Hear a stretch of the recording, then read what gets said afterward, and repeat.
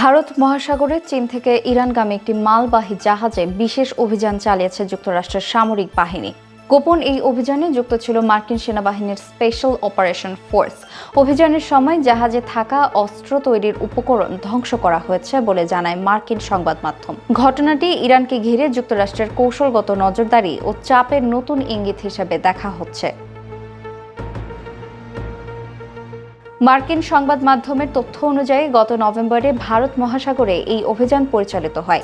এতে বলা হয়, জাহাজটিতে প্রচলিত সমরাস্ত্র তৈরির জন্য প্রয়োজনীয় বিভিন্ন সামগ্রী ও উপকরণ বহন করা হচ্ছিল। এসব সামগ্রী ইরানের অস্ত্র উৎপাদন সক্ষমতা বাড়াতে ব্যবহার করা হতে পারত বলে দাবি করেছে যুক্তরাষ্ট্র।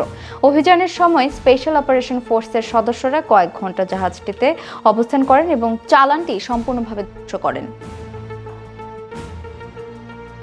প্রতিবেদনে আরও বলা হয়, অভিযানের পর জাহাজটিকে তার নির্ধারিত গন্তব্যের দিকে এগিয়ে যাওয়ার নির্দেশ দেওয়া হয়। শ্রীলঙ্কার উপকূলের কাছাকাছি পৌঁছানোর পর মার্কিন সেনারা জাহাজটি ত্যাগ করে নিজেদের জাহাজে ফিরে যান। শ্রীলঙ্কা থেকে কয়েকশো মাইল দূরে অবস্থানকালে জাহাজটি জব্দ করা হয়েছিল। সাম্প্রতিক কয়েক বছরের মধ্যে সমুদ্রে ইরানগামী কোনো কার্গো জাহাজে যুক্তরাষ্ট্রের এমন সরাসরি অভিযান বিরল ঘটনা। মার্কিন কর্মকর্তারা জানান, জব্দ করা উপকরণগুলো সামরিক ও বেসামরিক উভয় ক্ষেত্রে ব্যবহারযোগ্য হতে পারে, তবে সেগুলো ইরানের প্রচলিত অস্ত্র কর্মসূচির জন্য গুরুত্বপূর্ণ ছিল বলে তাদের ধারণা।